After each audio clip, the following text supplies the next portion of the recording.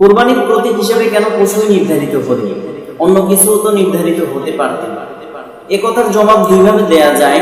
এক, আল্লাহ তাআলা ফাআলু লিমা ইউরিদ, তিনি যা ইচ্ছা তাই করতে পারেন, এ ব্যাপারে কারণ জিজ্ঞেস করার মতো ক্ষমতা নেই।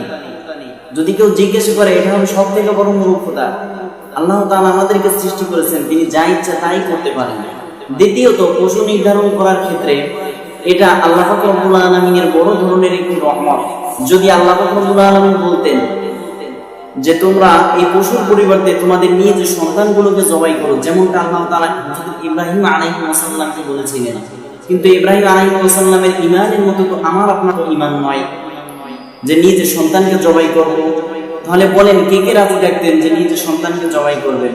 এজন্য এটা বলতে পারেন যে আল্লাহ তাআলার পক্ষ থেকে একটি বড় ধরনের রহমত যে পশুকেই নির্ধারণ করা হয়েছে যে তোমরা তোমাদের পশুকে জবাই করো আল্লাহ পাক রব্বুল আলামিনের জন্য, নিজ সন্তানকে নয়।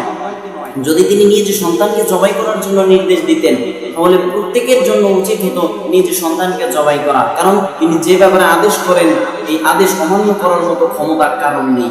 যেমনটা আল্লাহ তাআলা বনী ইসরাঈলদের সাথে ঘটিয়েছেন। আল্লাহ তাআলা যখন তাওরাতকে পাঠাইলেন বনী ইসরাঈলদের মাঝে, তখন বনী ইসরাঈলদের মধ্যে থেকে কেউ সেটাকে অস্বীকার করলো, আবার কেউ সেটাকে স্বীকার করে নিল। তো যারা অস্বীকার করলো তাদেরকে কিন্তু যারা স্বীকার করেছে তাদেরকে দিয়ে হত্যা করিয়েছে। এজন্য আল্লাহ তাআলার আইনকে লঙ্ঘন করা বড় সাজা হতে পারে। সুতরাং এটাই বলা যায় এই প্রশ্নের উত্তরে যে আল্লাহ তাআলা পশু নির্ধারণ করেছেন, এটা বান্দার পক্ষে বড় ধরনের একটি রহমত।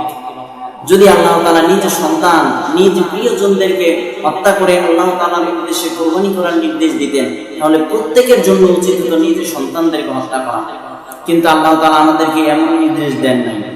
এজন্য এটা বান্দা হিসাবে আল্লাহ তাআলার পক্ষ থেকে বড় ধরনের রহমত মনে করবো আমরা।